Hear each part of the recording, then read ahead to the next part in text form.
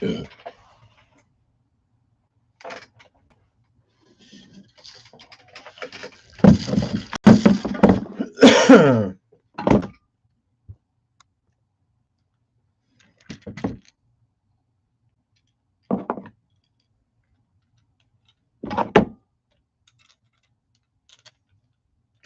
Brendan.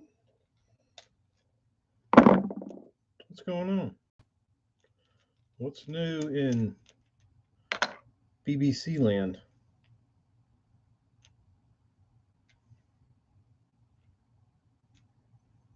St. Cress, haven't seen from you in a minute.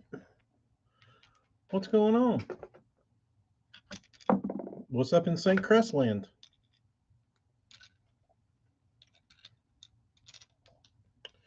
John? It might be yours. They are. They are. Can't. Let's see.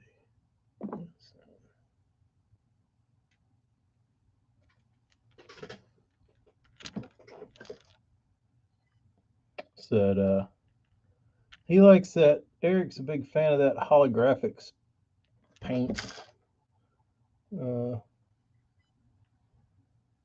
This is the homemade version, but it's got a little thicker particles in it than like the spastics or anything like that.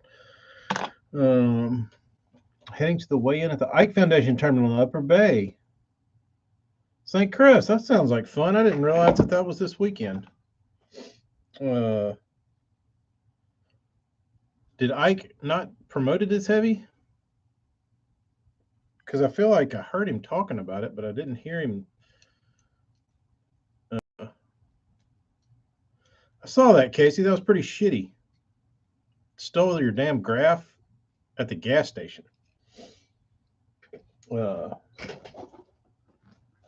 I would say that's a pretty.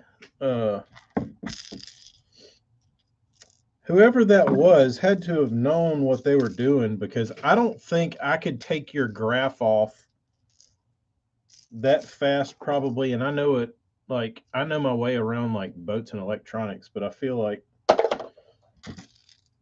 you have to. But thieves are incredible in their ability to do things like that. But 10 more for Eric. Come on, Burns. Had a Lowrance sticker on their back glass. Didn't cut a wire.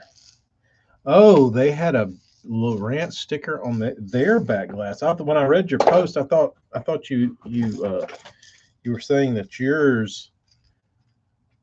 your graph had a Lowrance sticker on the back. Well, that's pretty shitty. That a fellow angler would hijack your. Like, if it's like a crackhead, you would kind of. It would sit a little better, just because crackheads do crackhead things, like steal your graph while you're at the gas station. But somebody else that's a fellow angler is double shitty. Double shitty.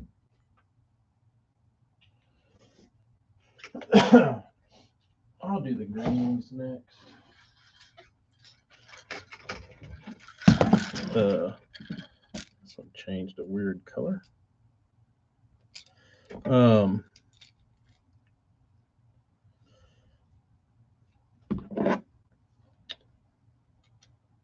Yeah, is that can you do an insurance deal on that, or is it just you're just kind of screwed?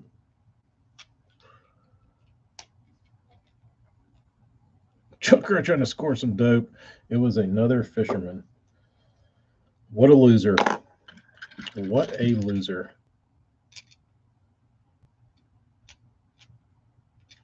These combat cranks are a really cool profile.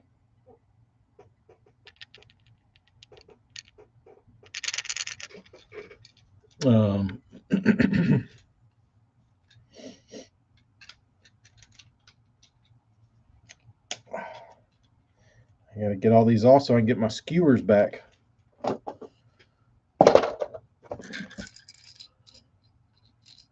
Yeah, thieves. What's really, I've had a few things stolen from me.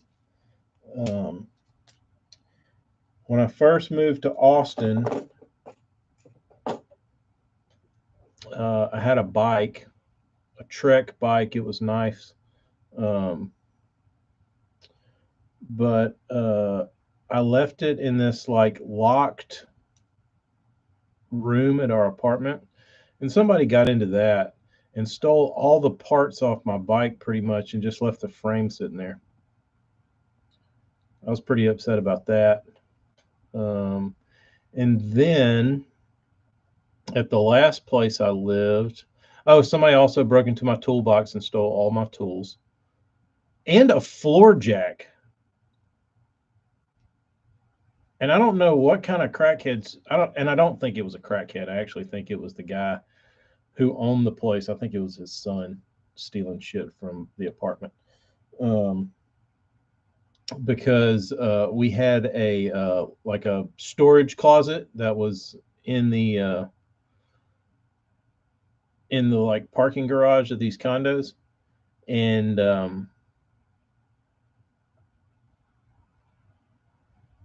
I got some stuff stolen out of there, and you would have to have a key because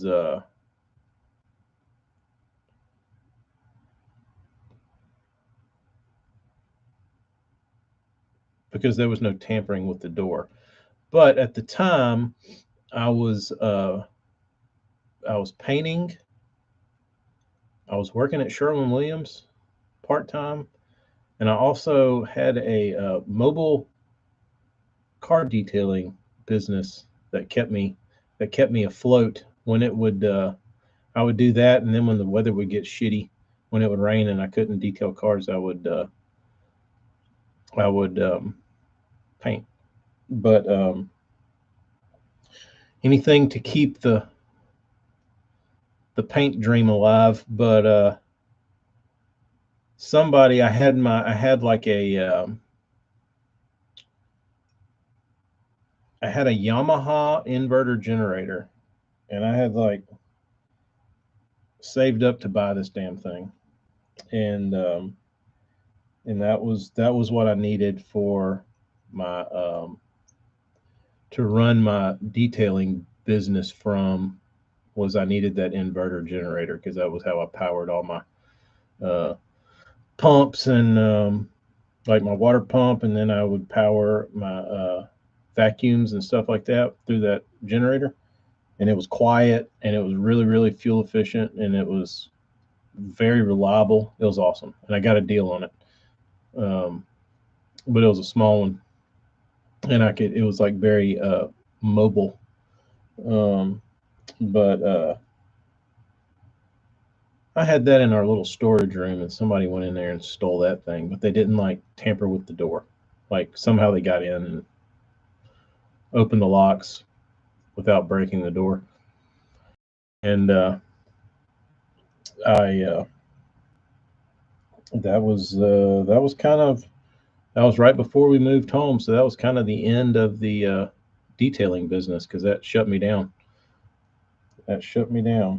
But they, like I said, they stole my bicycle parts and left me with a frame, and I got that back. I didn't get the parts back, but there was a thing in Austin called the Yellow Bike Project, and it was on the east side, and it was like a bicycle part boneyard, and you can go in there, and you had to work on your bike there, and you had to like kind of you could buy parts from them, but they were like very, very cheap, and they would help you put them on. So I would go in there and I would like get one of the bike aficionados to help me like pull parts from my bike, and we'd take a wheel off of this and pedals off of this and all the gears and stuff, and they helped me piece that bike back together. Which I don't know if it's good as what it was when I started. I would like to have all my. I think it had like Shimano brakes on it, and it was a nice bicycle. But effing thieves, dude, effing thieves. Oh yeah, and then they broke into my toolbox and took all my tools that I had acquired throughout my entire life, which really pissed me off. And they took the dumbest thing is one of the reasons why I don't think it was a crackhead was because they took like a 3-ton floor jack. And I don't know about you, but if I'm a crackhead and I live under the bridge or I'm a vagrant and don't really have anywhere to live, I'm not going to break into somebody's toolbox and walk a 3-ton floor jack very far.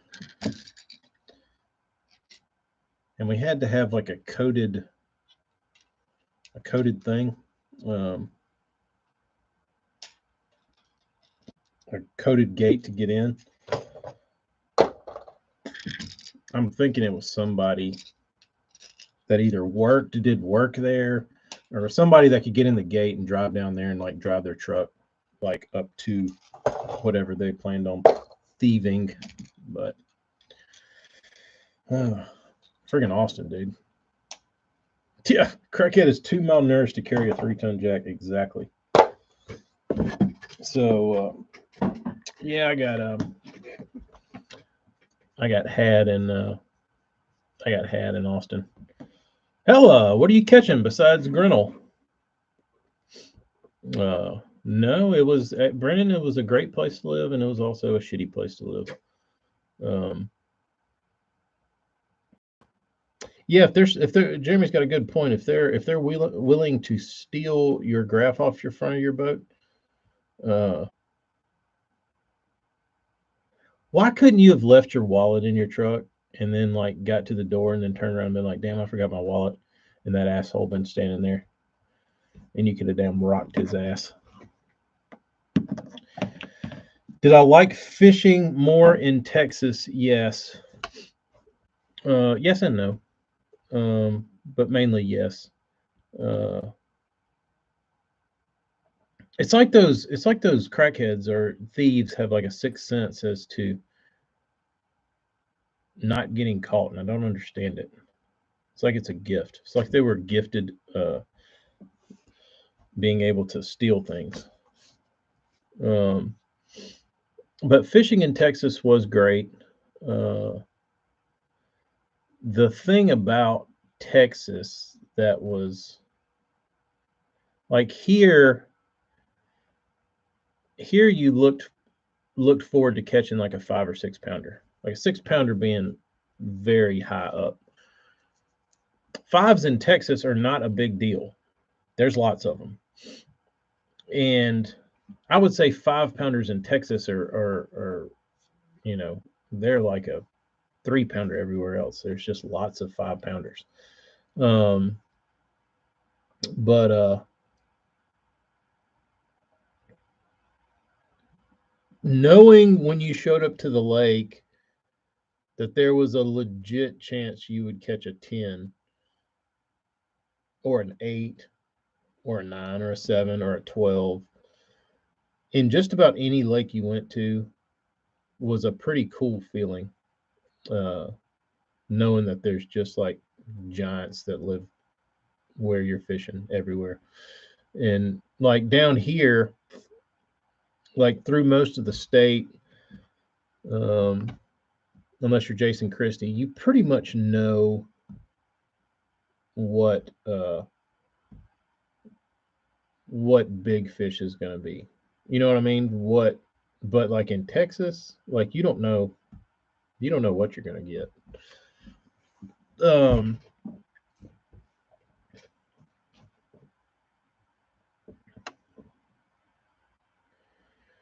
So that was the fun part. Is there really was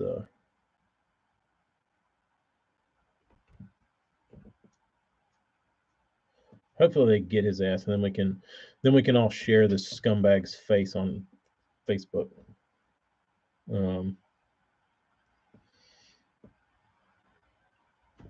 Just keep looking to your 5-pounders. Yeah, I mean that's that was how Texas was, dude. Like you catch a 5 and you're like, that's a good one, but it's not like a good one.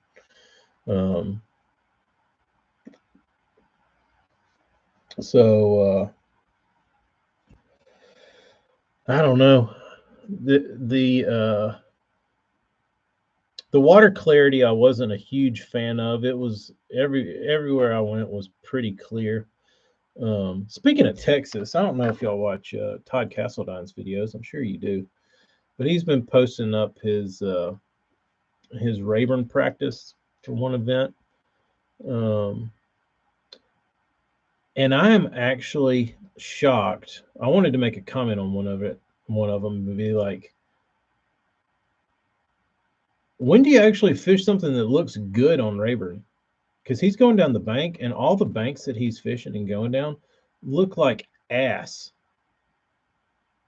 Like they're the most unfishy looking places I've ever seen in my life. Like, and he's talking about being on like the middle and the lower end.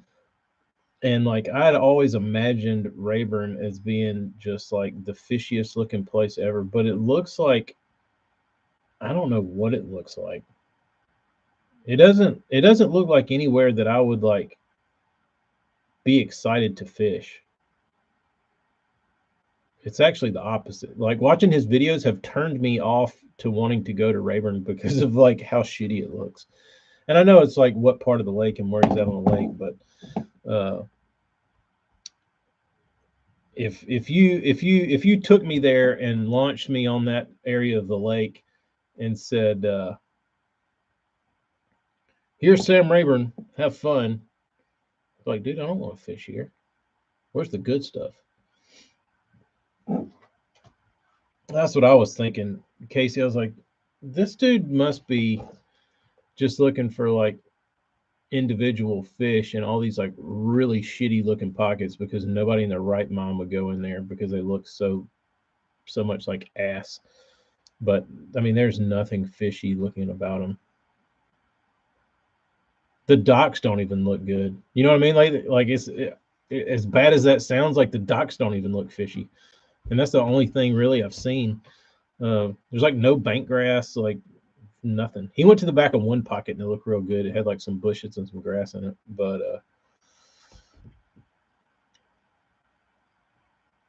I don't know. I never saw.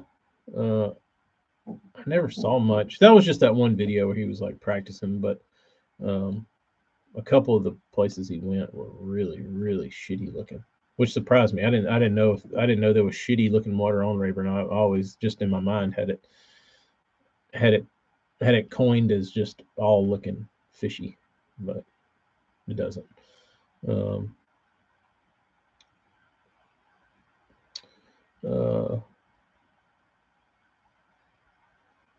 But that always threw me off. I'm trying to think any other Texas lakes. I went to LBJ. LBJ was a really, really cool lake. It was for a while. It was like a mini Ivy for like 8 months, and then it just went.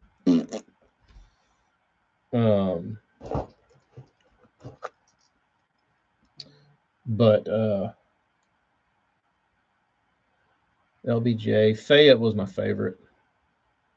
It had standing timber. It had bank grass. It had deep stuff. It had really dumb, mean fish. Fayette was fun. That's why all the Googans went over there and filmed their videos.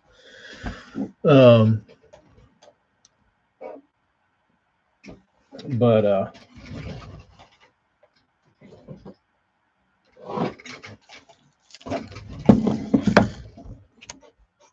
I went to Stillhouse. I went to Fish Travis quite a few. Travis was really good. Oh, the Surprise.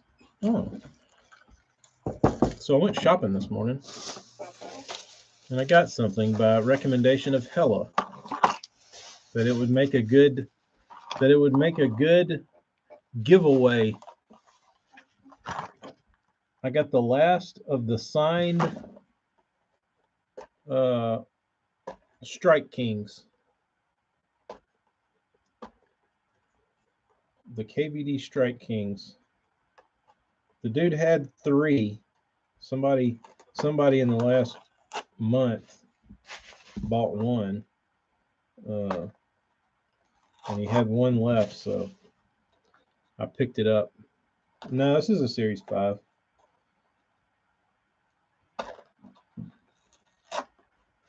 This is a Series 5. Series 4 is the Juicer. Series 4 was always my go-to. That's what I've got on the wall over there. It's all Series 4s.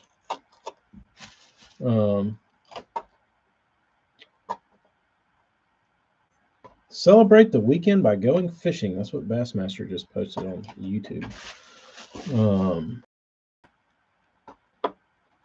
Is it just me, or the last 6 months have the Googans just fallen off a lot? I think it's been longer than 6 months, bro. I mean, I don't know. I feel like their buzz has worn off. Are people still are like 15-year-olds still like chubbed up over the Googs? Right.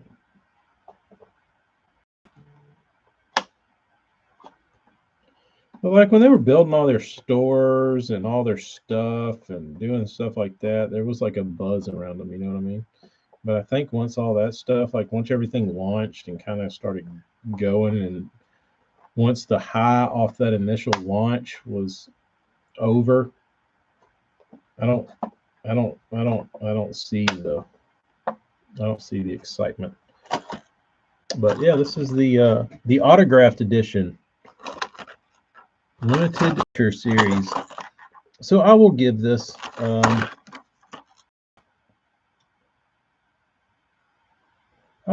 away one of these days when we get a good crew on, and somebody can add that to their collectible wall.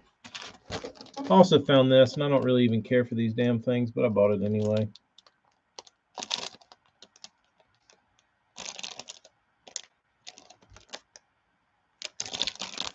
It's $1. It was one whole dollar.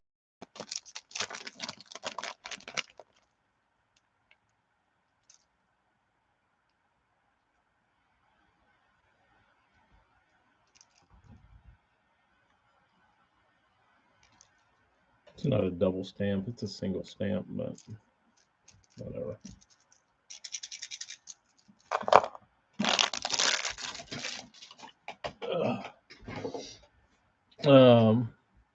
Bandito bug. I don't know how you can sell a lake that's been a public lake for years. Leave it up to Texas or Louisiana. They will show you the way. They will show you the way.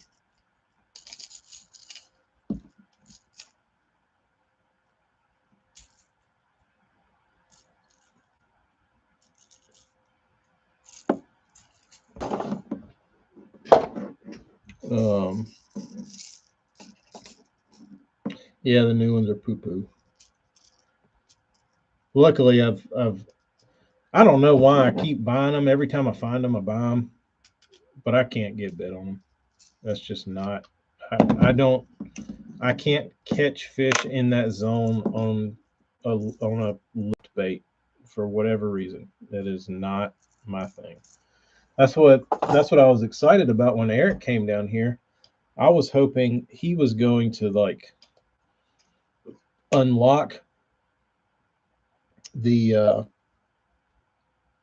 The man's one minus bite for me.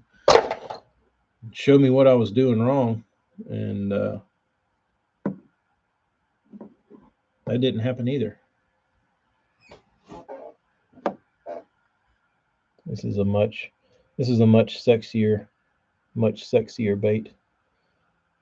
The Burns version.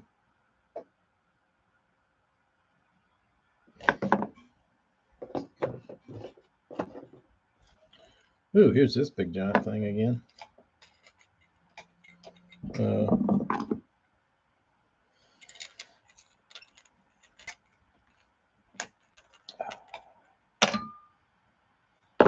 The big nasty egg.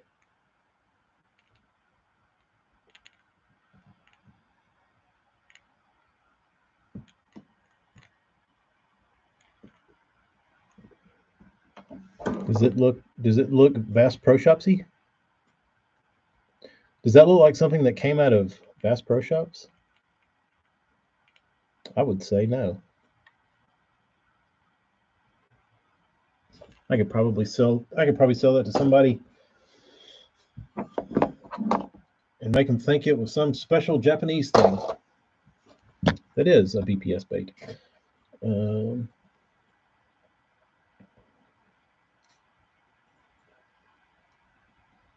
JP, the difference, the interesting thing I feel like about where you fish and where I fish is there is a small, like, we don't have deep grass to begin with. So all of our grass at high tide, you'll be in between 2.5, 3 feet of water on a real high tide. When the tide falls out, the grass is topped out, like low tide, of course. But if you get enough water to get over the grass where you can catch them, or where you can fish stuff over the grass, something happens that when it gets high enough for you to maybe fish something like this over the top of the grass, that's usually to the point where it's high enough that they go to the bank. Because if it gets real high, they like to be around the bank. And there's not as many, like, the window of opportunity to throw that in any given day over the top of some grass is not often. Like, it's not very long, and it's not, like, you got to land on them quick and know exactly where you're going and what you're doing, and like show up and fish for like 45 minutes and hopefully catch them. But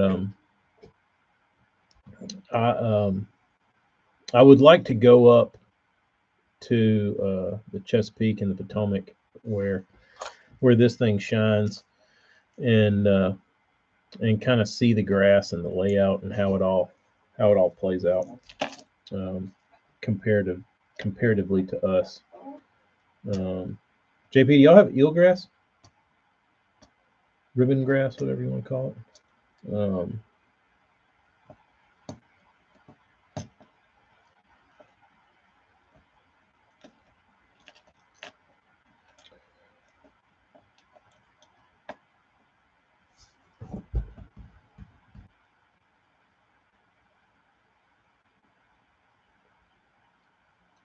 How deep is the grass on low tide, JP, in like average?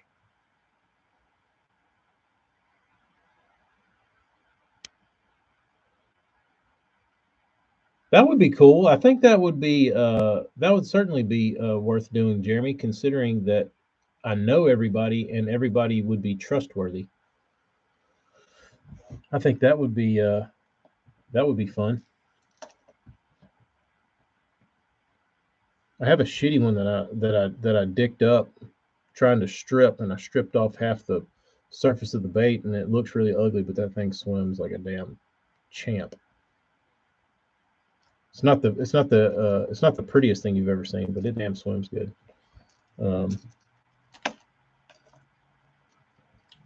Yes, we could do an extended stay with BBC. We could do an extended stay. Think that'll catch one?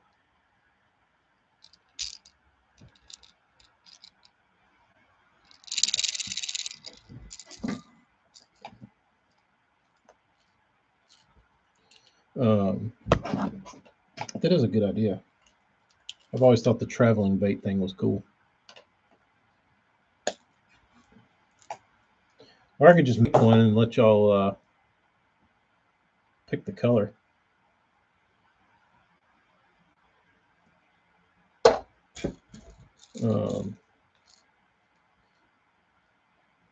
Like just some sort of standard gill color. I should have done that a month ago.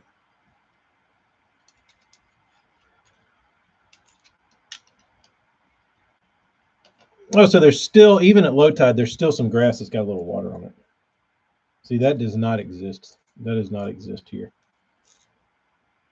Like you could root a bait around at low tide or like falling, getting towards low tide. There's places you could probably root around like the edges of some stuff. But as far as like water over the top, not that I know of anywhere. It's just not the way this place is built.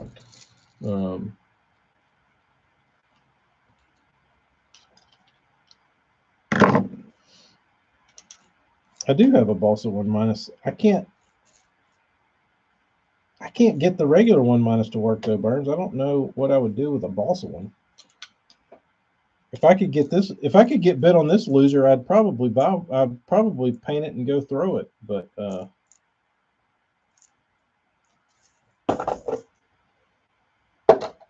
I haven't, and I know there's guys down here that like it,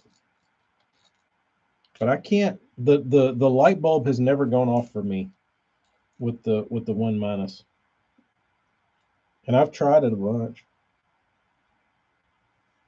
Maybe my colors aren't ugly enough.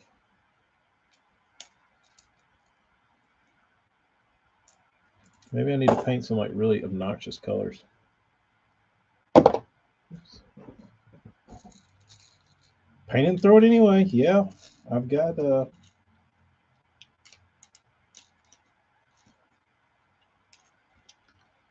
like my blue crab color that I originally painted for myself in a 1- specifically to catch blue crab eating fish. I did some for the Bass Lab, and guys crush them on that thing up in JP land. But down here, I can't get bit on it. I know it'll work, but I just can't. I can't connect on that. When that happens.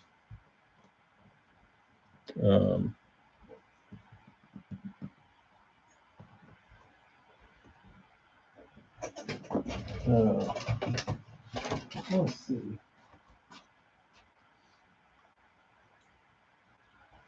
This isn't the 1-, but this is the that's the color.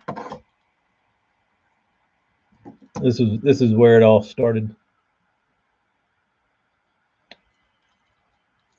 Matte finish. I mean, if you see the little crabs they eat on down here, that is them. That is them. Probably needs some more blue on it, but it's got iridescent blue on it. Sexy bait.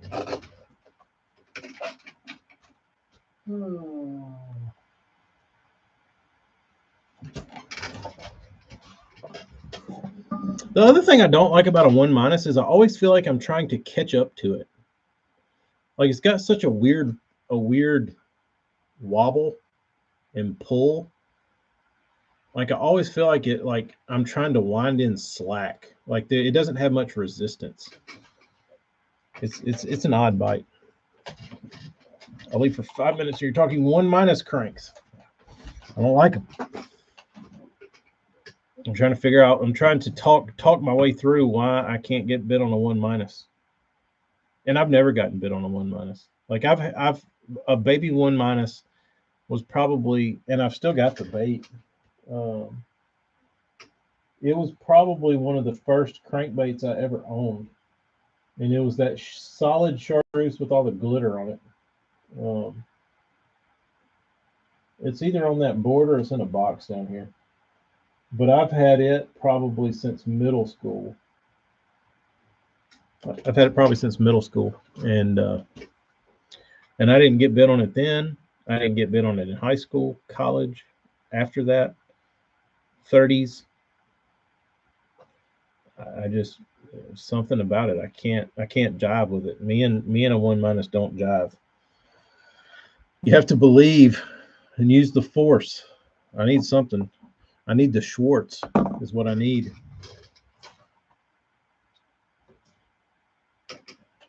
I need the Schwartz. There's a Burns. 1-. Stupid white.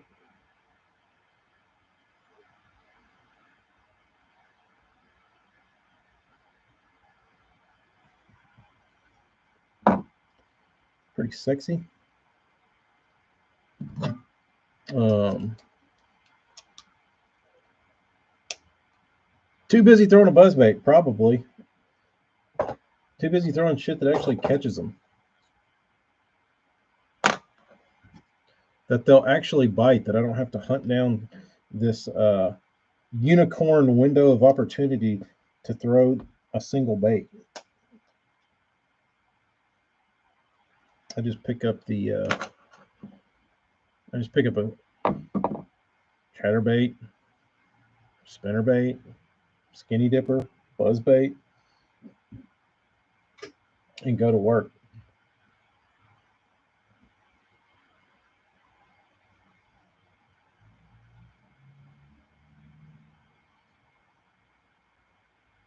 That's pretty good. That'll get bit. What's up, Kyle? No fishing today?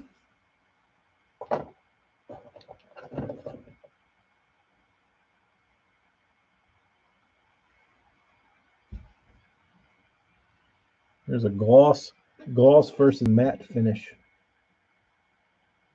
Eric won't have to sand these down. He might sand all the other ones down, but I felt like doing that one. That color matte. I think I did some matte finish back in the day.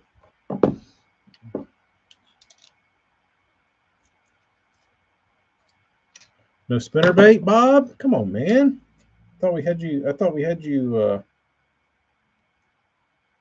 fired up.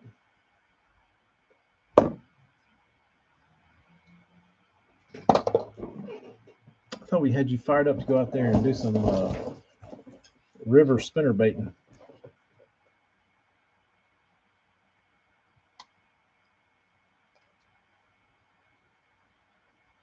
I'm planning on doing some blading tomorrow. See if we can get that done. Copper green.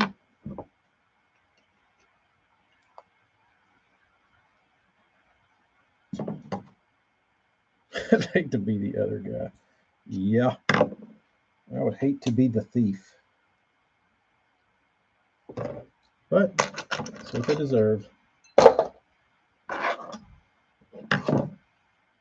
That's what they deserve. The cuticle sponge does not do anything to the bait under the water.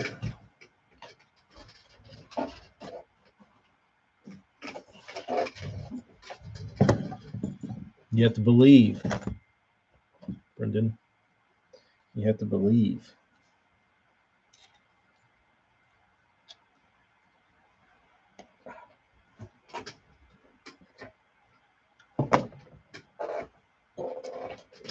Jig number 1, buzz number 2, spinner number 3, crank number 4, then all types of soft plastics number 5. Product is very situational, but love. There you go. Bob, what's your What is your jig of choice you will have tied on?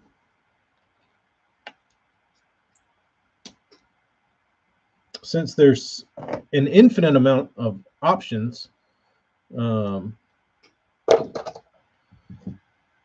which jig do you go for?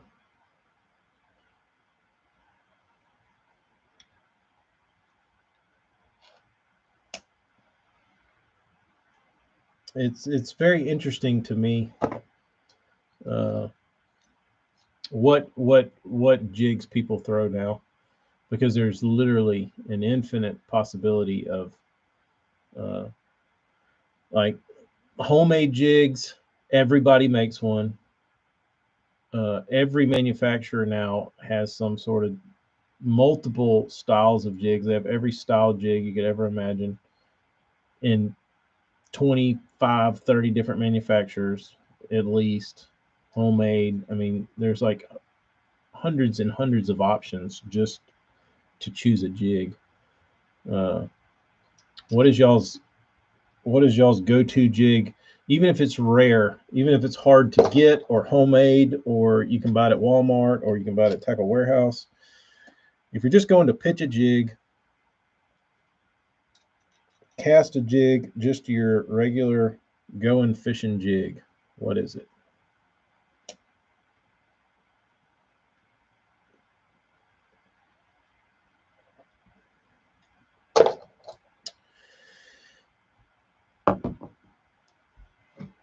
D&L. Do you fish the Baby Advantage or just their regular jig?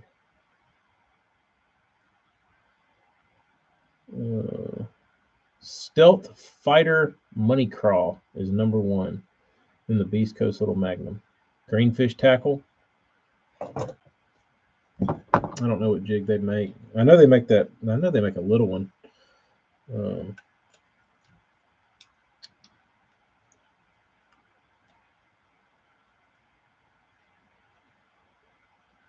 D&L. Yeah,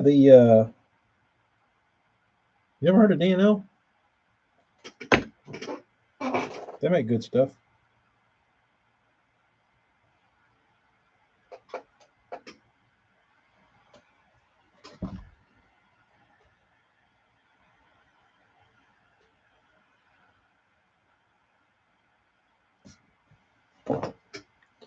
The mat looks good on these.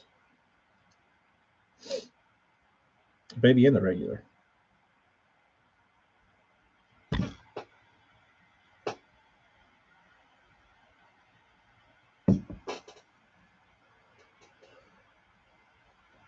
Jig collection is ridiculous.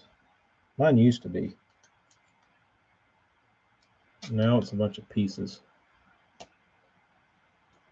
I wouldn't say my jig collection was crazy. I used to carry a fair amount though,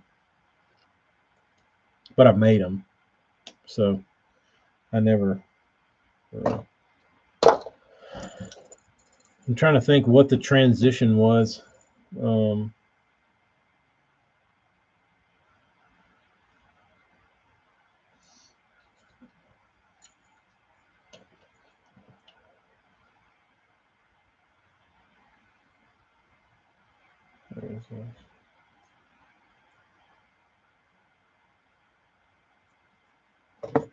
what the first I used rattleback jigs for the longest time because they had a pretty stout hook, and then I think I went from rattleback, or I probably started with Strike King, trying to be Brower. I probably had a bunch of bootleggers, or it wasn't the bootleggers, the Denny Brower Pro model. The bootlegger was even worse. Um, Probably cut my teeth on a Strike King, then moved on to uh, then I moved on to a Rattleback, and then I moved to an Oldham's, and I stayed on Oldham's for years. And then I started pouring jigs, and I would switch between the jigs I poured and Oldham's. And I still got a ton of Oldham's, but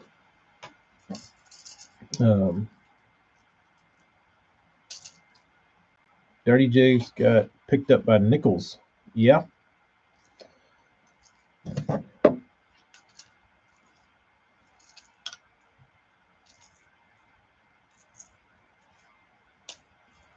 I wonder if they were making them to begin with.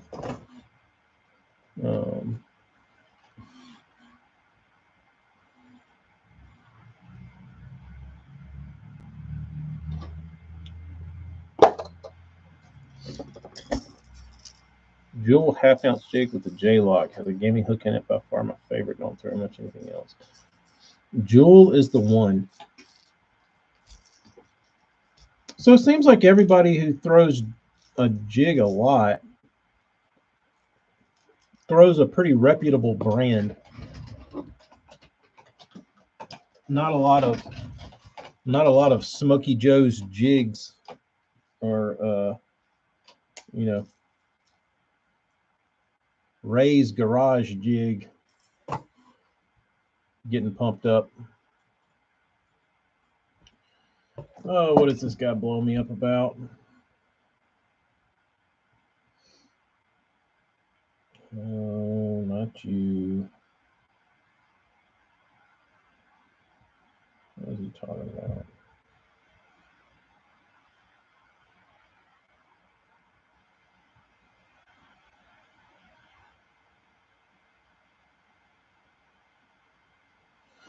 Ho, ho, ho, ho. Bass Tech.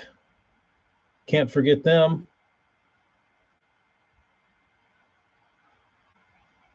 Game Changer Trash Master. I never got into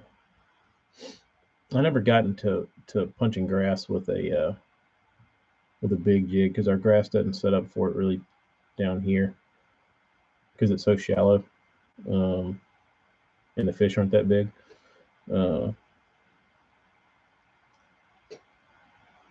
Bass Tech and a green pumpkin blue. There you go. Matt Luna makes a good jig. I picked up a sack of black and blue 3/4 ounce. I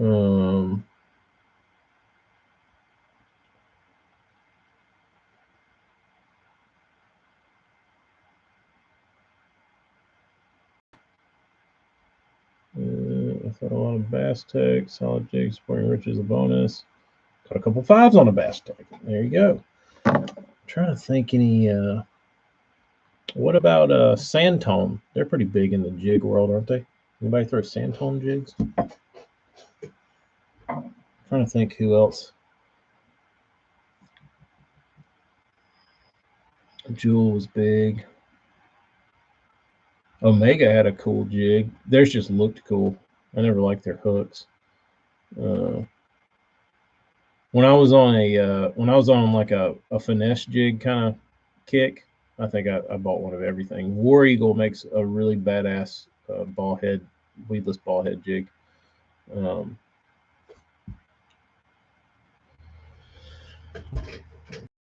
Well, back before you were born, Brendan, you could buy jigs in bulk because they would put them in little packages and they would sell them on a long card, and you could just buy the whole card. And there would be like a dozen jigs on the card.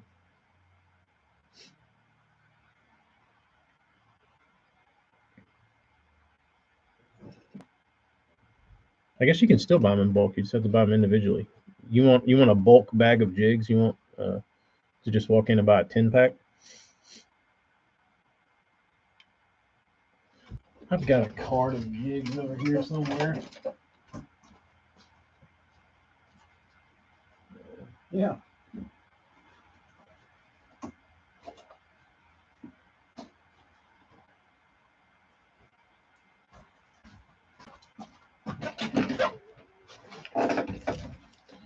Back in the good old days, this is how you bought your jigs. Bulldog. This jig was $2.35.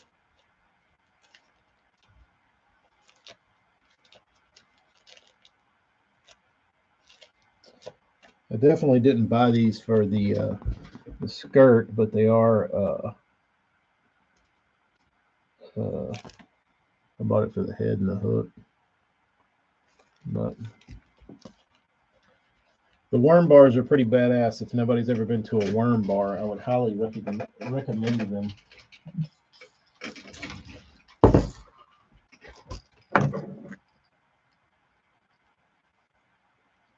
Cumberland Pro. Does anybody still sell carded? Have y'all been into a tackle shop, local tackle shop? Is anybody like any mom and pop jig maker selling carded jigs, like carded baits anymore? Shit on my face. Our old place in Boston, I forgot to take down a throat opener jig card. Probably is. Probably is. You know what's wild is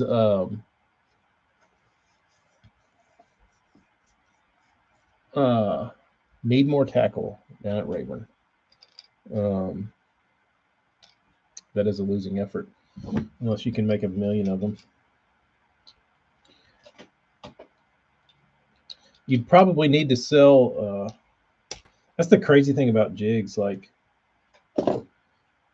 if you want to make like okay money and say like $1,000 a week, and you can make a couple bucks on a jig if you're lucky, you'd be needing to sell 500 jigs a week. That's a lot of jigs. That is a lot of jigs. And I'm sure it's possible, but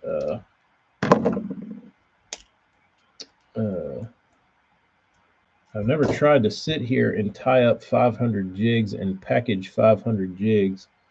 But seems like a long week. A long, boring week. 26,000 jigs a year. If you want to make 50 grand selling jigs. And then you got to pay the tax man and all that good shit. So you're not even getting that. So probably need to be selling about 800 jigs. Just call it 1,000. Make it easy. 1,000 jigs a week.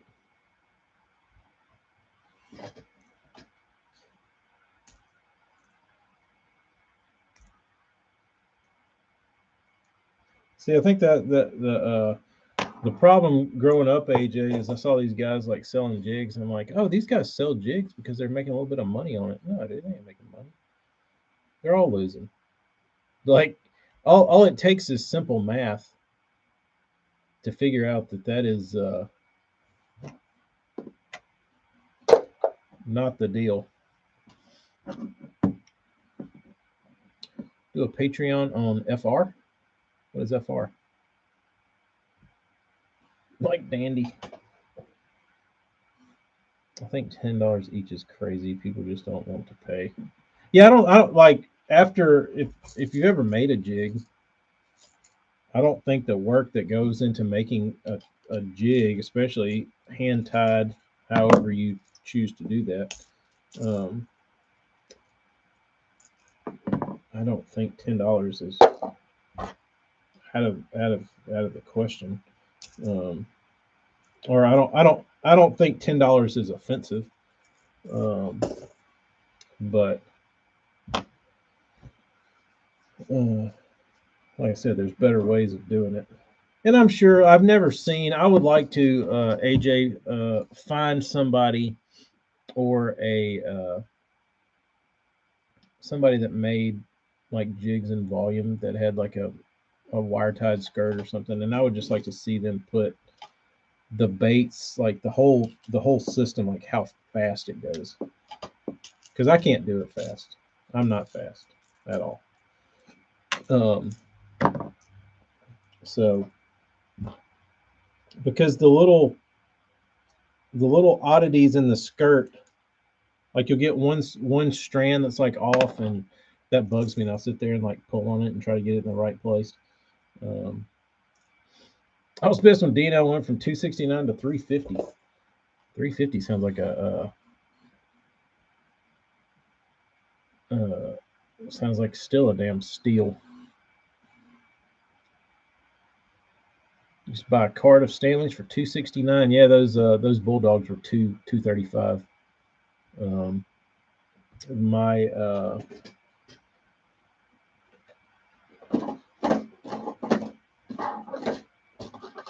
my Mutant Flea, it was 225, and that was in like 2000 2001.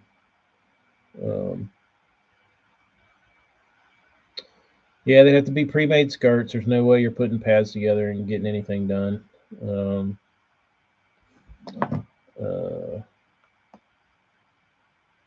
I saw.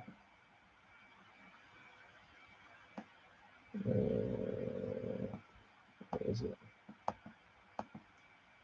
Let me go up. Quit being a dick. Internet. Let me click right here. Why is this being obnoxious? I can't scroll up and see comments. There you go.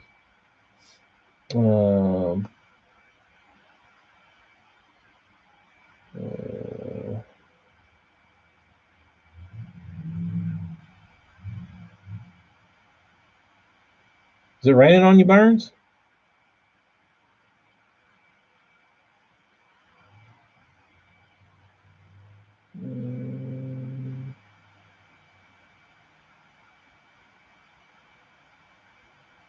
You'd be correct, Daniel.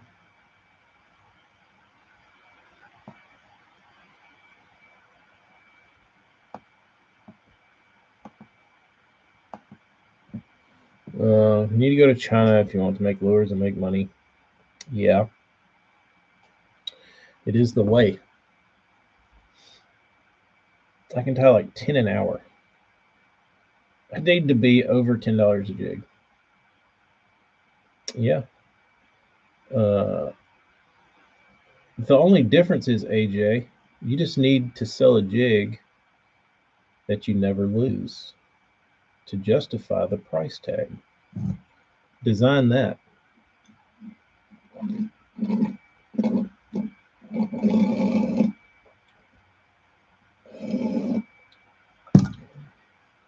Tom, the jig rattle I don't think has been perfected, and it needs to be. I don't think it has been perfected yet. Rattleback was pretty good, I will say, because you could jam a super chunk up in between the hook and the rattle, and it would hold it. It was like a bait keeper. The only problem with a rattleback jig is you couldn't change skirts out because of that big hump on them. I don't know how they got skirts on them to begin with, unless they went over the top of the head. I still don't have a clue how rattleback jigs were made.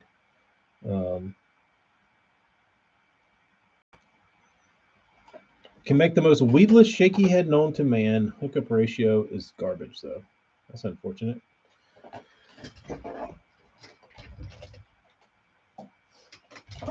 How do you change that?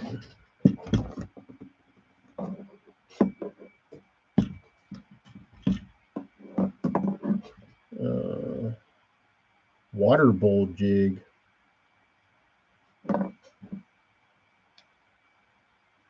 What's a water bowl?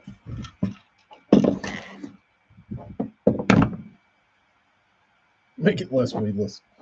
There you go. Dude, I've got some jigs that I pitch. And if you looked at them, you would say there is no way in hell that will ever hook a fish. And it damn sure does. And I do not know how. I do not know how.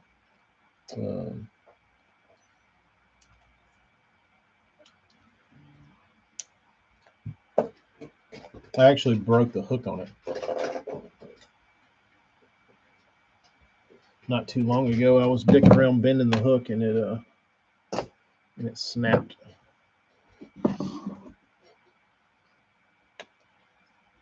Always trim my weed guards.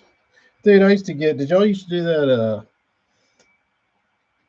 The stair step trim on your weed guards, where you take a little bit, trim it, then go like another like quarter of an inch and trim it, then go like a little more and trim it, or an eighth of an inch, and then you'd have like 5 levels of jig skirt. I mean, weed guard. Best shaky head I found is the Yum Pumpkin Head. The best shaky I've found is not having one at all. Yeah, that didn't last very long for me, Bob. I did it on a handful of jigs, and I was like, this shit takes way too long. This is dumb. Um, go all the way to the head and just cut out full strands. It's probably the best way to do it. I used to use a shaky head, a spot remover. That was the first. That was the first shaky head I ever bought. Was a red hooked spot remover, and the only reason I bought them was because they were on Bass Fishing homepage, and they were posting all these like spotted bass posts with their shaky head. They did a real good job of marketing their shaky head as being the end all be all shaky head. And Bass Fishing homepage back in the day and Bass Boat Central, I feel like those two sites really moved the needle for a lot of smaller companies that really put them on the map. Like Spot Sticker wouldn't have been shit without Bass Fishing homepage. I don't think. I think it really like propelled them to like do good things. And I don't know, AJ, you might could have an idea, but I don't know what the current equivalent would be to advertising on like Bass Fishing homepage and Bass Boat Central. Because the shit people used to put on those things, on those two sites, like they do their fishing reports and like people would buy it.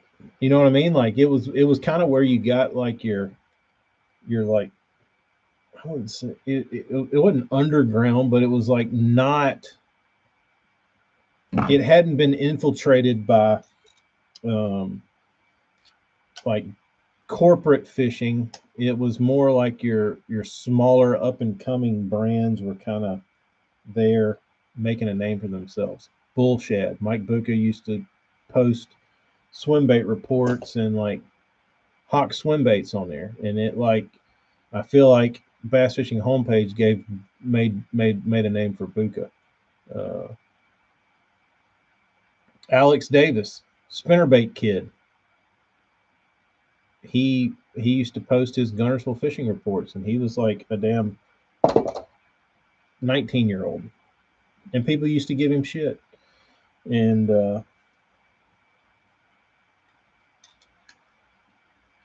it was always awful because he always fished with his dad a lot, and his dad, if you've ever seen Alex's dad, he just looks like a damn punk rocker dude. He's got long hair, wears like camo cutoffs with like a Misfit shirt and like bandana. Like, dude looks like a cool dude to hang out with. But like, people used to always like rag on his dad, and it wasn't anything about his dad because he was just like holding up a big bass. It was just the way he dressed. He'd always get like shit on for not wearing a damn, a damn SPF Columbia shirt or some shit because he had a damn, because he was wearing like a Misfit shirt. They're like, oh, who's this guy? But I always felt kind of bad for, because he was like, Alex was young, and when you got a bunch of dipshits, you want to trash talk your dad for a T-shirt he wears. Like, who gives a shit? But Alex made it. You know what I mean? Not the spinnerbait kid anymore. I still call him that when I see him. But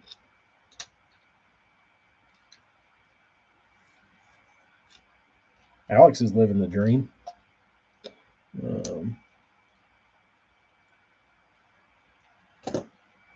Let's see, I missed some comments. Let's see if this will let me go back up.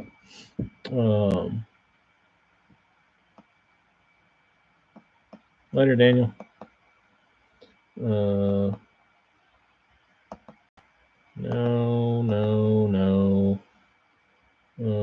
Never trim my weed guards. I've got to on a lot of my jigs. They're just the way they're built. When I used to use the shaky and the spot remover was my fave. My issue with expensive jigs is a fear of losing them. If you're not working the jig through every nook and cranny, you're missing the big fish.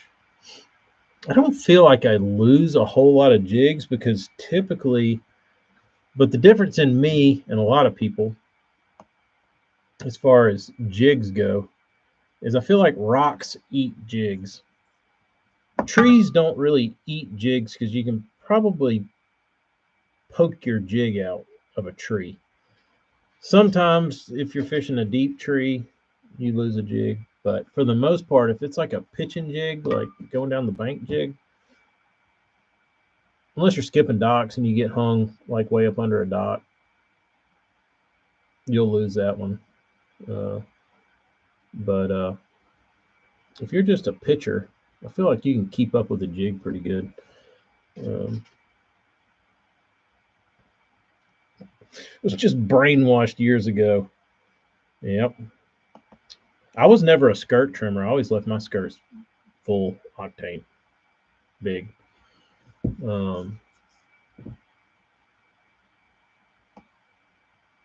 What you? I was looking for AJ's response. What did you say, AJ?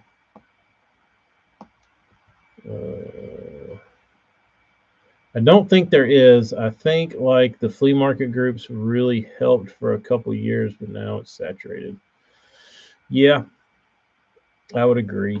I don't think there's a real like solid group or page that you can go on and like have a group of guys like get behind you.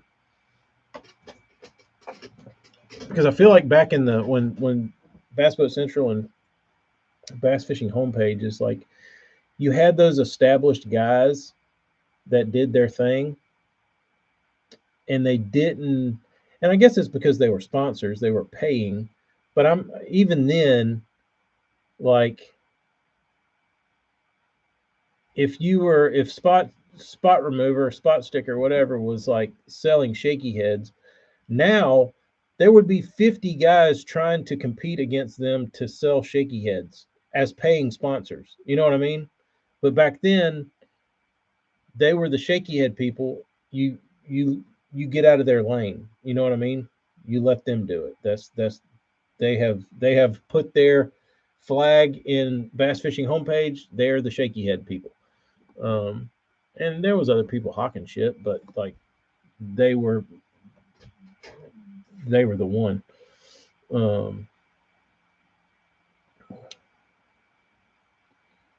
Brennan, I don't experiment much with swim jigs. Not necessary. And specifically the reason that I don't is because for the last 20 years, most swim jigs have all had shitty hooks in them. Nobody gets the hook right. Never have. Never will. Besides Strike King.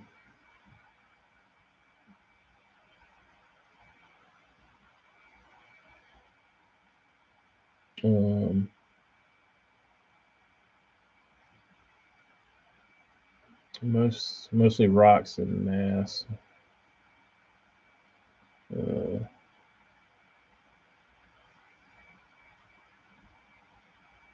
slide under rocks and your line gets a crack and the hook is never hung. It's the line. Yeah. That's weird sometimes when that happens. You can get behind it and or get some weird angle on the backside of it and get it to come loose.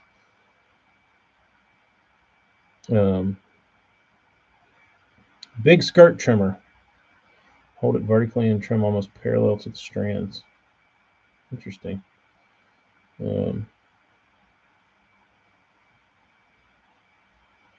I've got that same hook. I don't know if it's the same. Mine's a Gamakatsu Siwash tuna hook. Um, but and that's a great hook for certain times of the year, but it's not my favorite all the time. Um,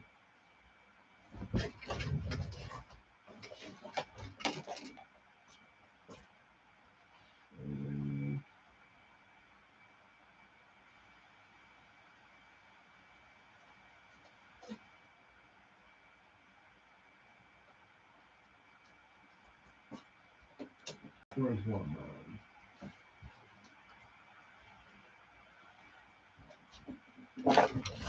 So the problem with swim jigs for the longest time, southern swim jigs, not northern Tom Mansour swim jigs, because there's two schools of thought. Um, but this was the hook that was a really badass hook that you wouldn't flex on braid. Um, but this was that stolen Gary Yamamoto Gamakatsu. It's like a 30 degree or something. This isn't the head I swam, but I used the same hook in a pitching jig. Um, but I would pitch this jig head a lot. But you could swim this jig fine. But I put this hook in a bullet head. But most all the hooks they were trying to sell as like a heavy hook wasn't heavy. That's why I swam in Oldham's, but Oldham's had a 60 degree in it, which wasn't terrible for swimming. It came through weeds fine, but I just wanted something with a little flatter head, and the stolen Gamakatsu Yamamoto hook hit the black market, and that was the best hook that I ever swam. Um, and then there's that compare the two hooks. This is the Siwash Gamakatsu. This is the Yamamoto. Um, this is a lot of hook. It's a whole lot of hook. And there's certain times I don't like it. I don't like it a lot when I like it when it's cold, when the fish's mouths are hard. Um, I don't love it in the summertime when their mouths are real soft because it's hot as shit. But I think there's a lot of swim jigs made with mustads, and mustads flex real bad for the most part. Um, but that Gamakatsu it's never going to flex. It's never going to do anything. Like a it's a nasty hook. Um, but on top of that, the next person to do it right was Greg Hackney with Strike King. He did the Select Series swim jig. It's got a flat eye in it, which I don't love. Don't really hate either. I'll still throw it and not care, but I would probably prefer a vertical eye. But it's got a flat eye in it, but it's got an Owner Jungle hook in it. If you haven't used the Jungle hook, it's a freak. The way it hooks fish is insane. Insane. But I think this has now been discontinued because when I first started using this hook, after I flipped with it, I was like, dude, that hook is it. And my mind automatically went to, what all can I put that hook in? So what I was thinking was, I was like, I'm just going to buy a pack of flipping hooks, and then I'm going to heat them up and bend them to what I want. and then put them in a jig. And I was talking to my buddy Keith, spinnerbait guru that y'all met, and he was like, "You don't have to do that." I was like, "Why?" He's like, "Hackney already did." I was like, "You're shitting me." He's like, "No, go to Academy. Look at the Hack Attack Select swim jig." And I looked at it, and he's like, "You got to look up in the very corner, right there. And if you're not looking, you don't notice it because owner is in red, and the card art is in red too. But it says featuring in red that you can't read, Jungle Flipping Hook, and it's got the owner logo, so you don't really notice it. I said, I'll be damned. But we were talking about it, me and Keith. I said, why did they get rid of that jig, dude? That jig is awesome. And we feel like they have quit making this Hack Attack Select because they couldn't get enough hooks. Because nobody can ever get the jungle hooks hardly. There was a big backlog with the jungle hooks, and we think they got rid of the Hack Attack jig because there was probably supply issues with the getting the jungle hook, because Strike King and Academy probably eat up a lot of hooks. But Mustad jig hooks and I do not get along. I've straightened out and broken so many of those and thrown them in the trash. The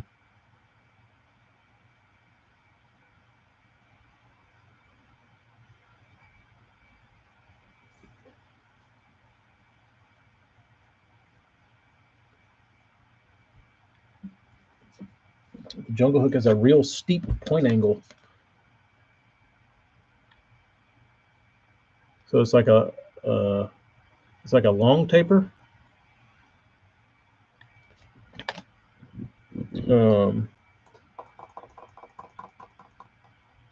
I haven't had them roll flipping, but I was just flipping grass with it. I wasn't flipping trees or anything. And the swim jig is just grass jig. So I'm guessing the owner jungle hook probably excels in grass where you're not having to deal with much hook rolling.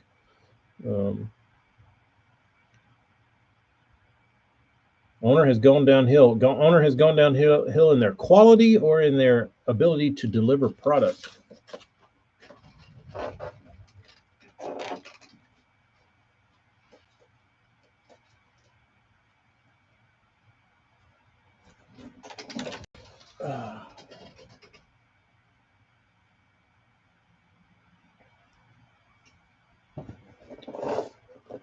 All right, nice little box of baits here. Punch jig. Quality. That's not good.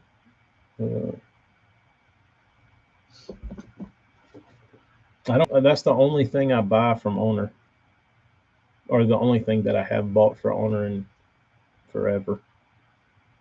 I used to, back in the day, I'd buy the SD36s to put on crankbaits, but they were a little too sharp for my liking.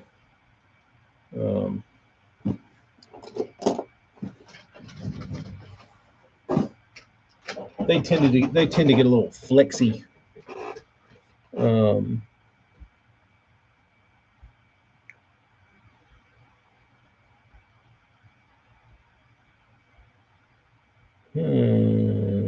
Well, that sucks. I don't like Brendan. Now onto the popper. Correct. Now on to the popper.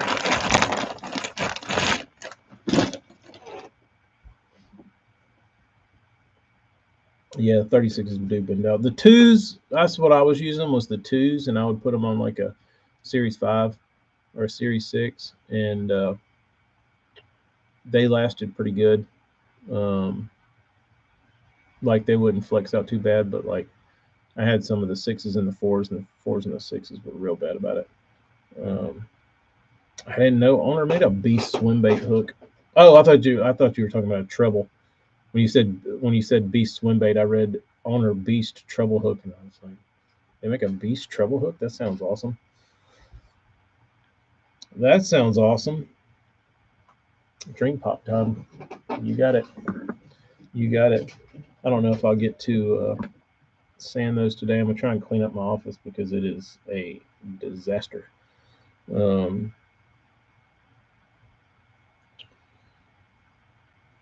come on down. You can sand your fingers off, bro.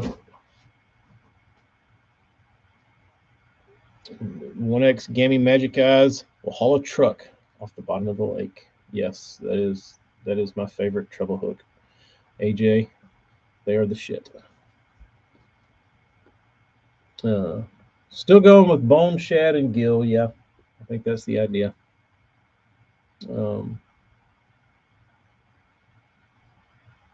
Flashy swimmer. I didn't believe in the flashy swimmer, which I don't believe in a lot of things when they first come out, because that's just my personality is to say no. I'm not a yes guy. I'm typically a no guy. But the flashy swimmer came out. Twos and sixes. I probably need the sixes more now than I ever would have thought I would, because I have so much shit that requires little hooks. But even the number twos, I throw a lot of stuff in number twos, also B3s, things of that nature.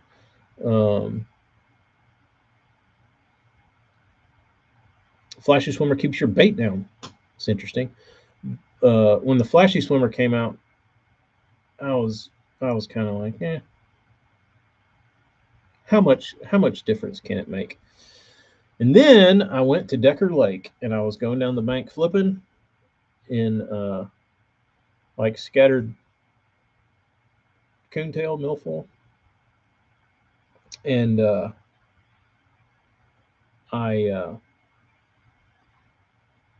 there was two kayaks, and they were on, like, I was going down the bank, and they were on the outside of my boat by a little bit, throwing out towards like deeper water, kind of fishing that like 10, 8, 7, 6 foot range, and I was flipping the bank, and they both had on swim baits on a weighted hook, like hollow bellies. And this one guy was ripping their ass, dude, like snatching them. And his little compadre that was like 10 feet from him couldn't get a damn bite. And they were throwing pretty much the same swim bait and throwing at the same spot. And I trolled by him, and I trolled by the guy that wasn't getting bit first.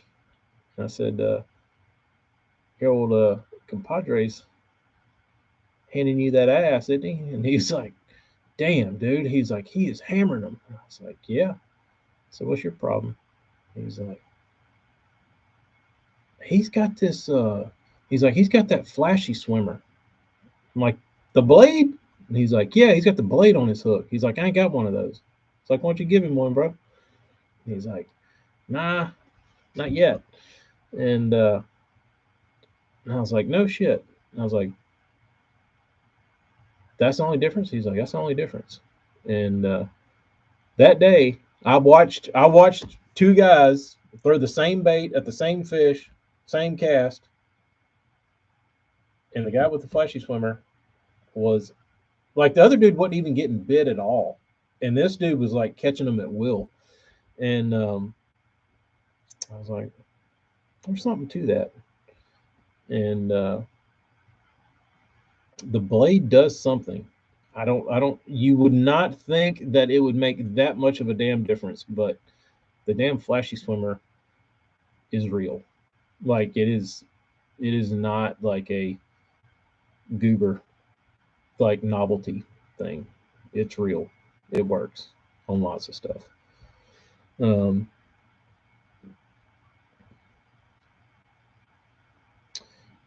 Decoy and Zapu, two good options if you're tired of breaking off flashy swimmer blades.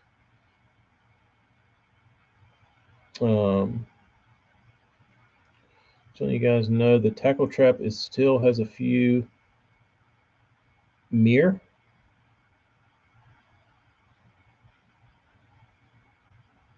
What is a Meyer, Mr. Meyer?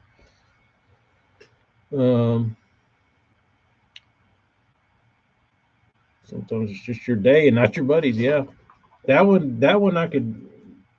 That one I could pretty much say it was 100% that that guy's little flashing on the thing.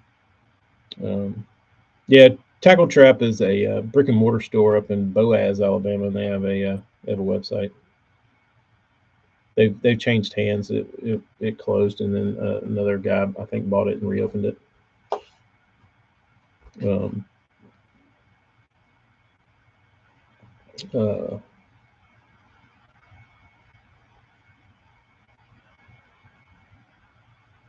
his bait was staying in the strike zone, possibly. AJ, you got sparkly stickers?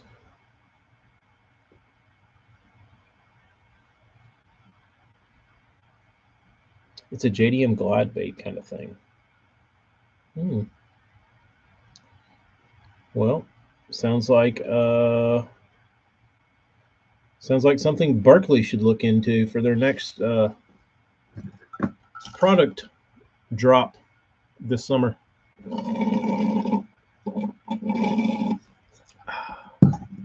You have to wear sunglasses to look at it.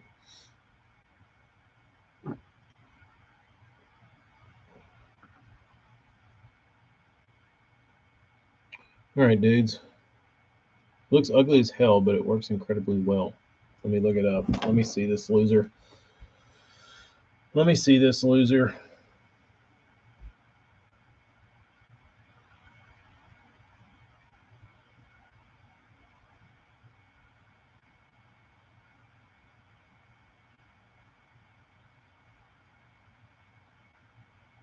Oh yeah, it does look really stupid. It looks like one of these creatures on some cartoon my daughter watches, where they're like regular kids and they're in like Italy, and then they're like really like sea creatures.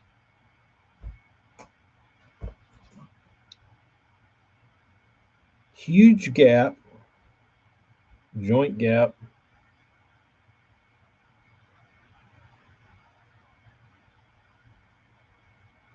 It swims crazy good. Let me look up a swim video of this thing. Um,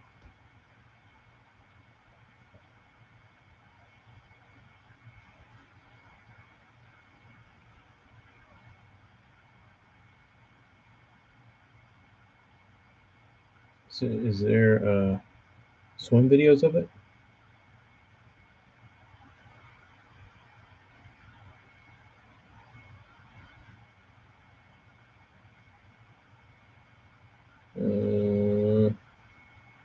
Double H Meyer.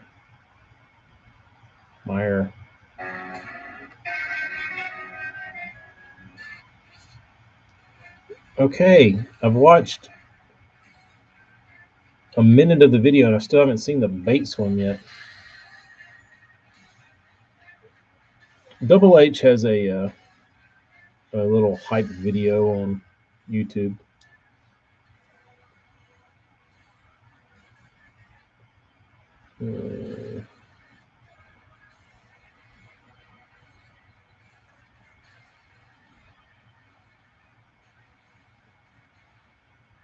It does look nice. It does have a nice. It doesn't look mechanical.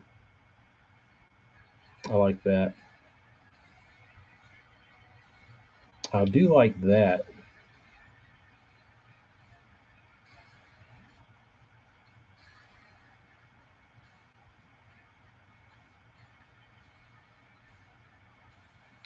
AJ, do you need horseshoes? Mock shad. No thanks. No thanks, Mock. I don't want your Strike Pro repackaged swim bait.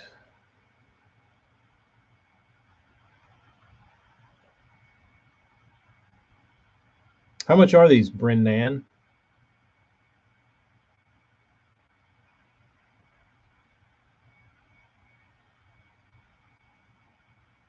Need to start selling stuff. Some old depth slides, swimmers and whatnot. Most hard to find Japanese colors. Those should be easy to sell, I would think. This thing looks good because it doesn't sink like a rock. 100 bones. There you go.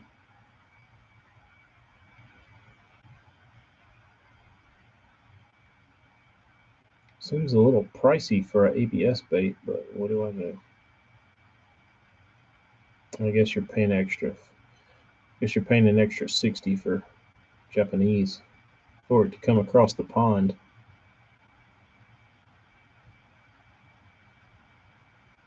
Tackle Trap needs to work on their SEO, dude. They're not even up here.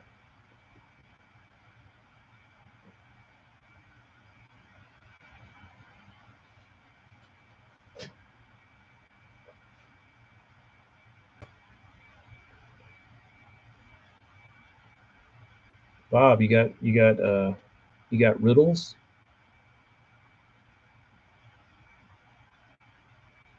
What you got over there?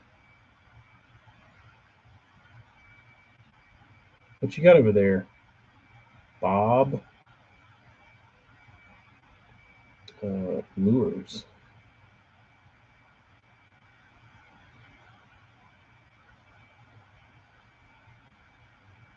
No riddles.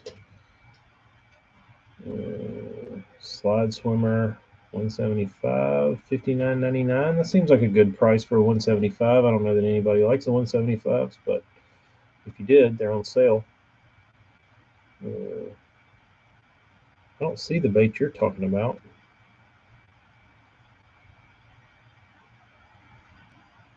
There it is. Hey, where'd you go?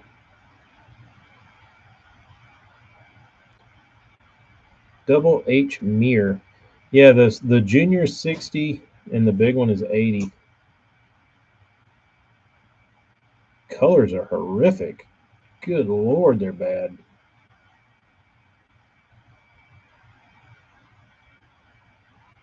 Gross, dude.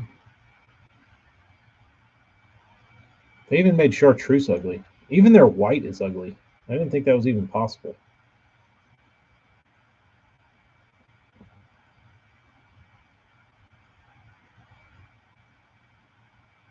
It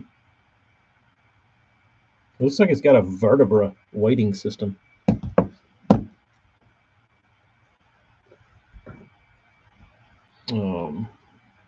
Got a few drips, no riddles. No riddles.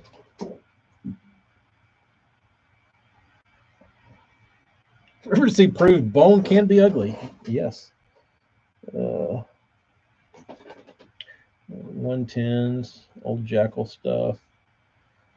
You got like Muscle Deeps, Askas. No drips, no riddles, too expensive. I would say, Bob, probably more beautiful, less durable. Higher in the beauty category and perfect category, lesser in the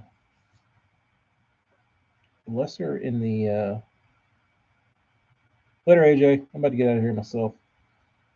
I'm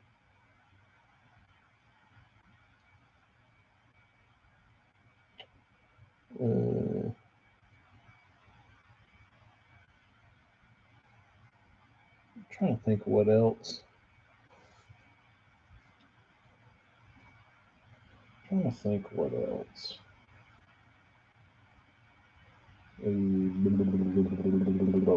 Who's that dude? Who's that other guy?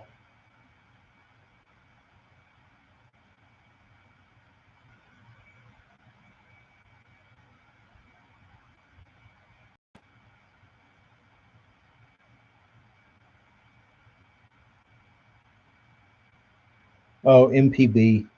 Got any of those? Got any bison? Later. All right, everybody's leaving. I'm leaving. I'm gonna clean up and get ready to go tomorrow. Muscle Deeps and Askas, as long as they're just new stuff, those are key. The Muscle Deeps, I know they're very popular in California. So if you can find a way to target Californians for the Muscle Deeps, those will be that would be in your best. There is a Muscle Deep cult out west. You just need to tap into them.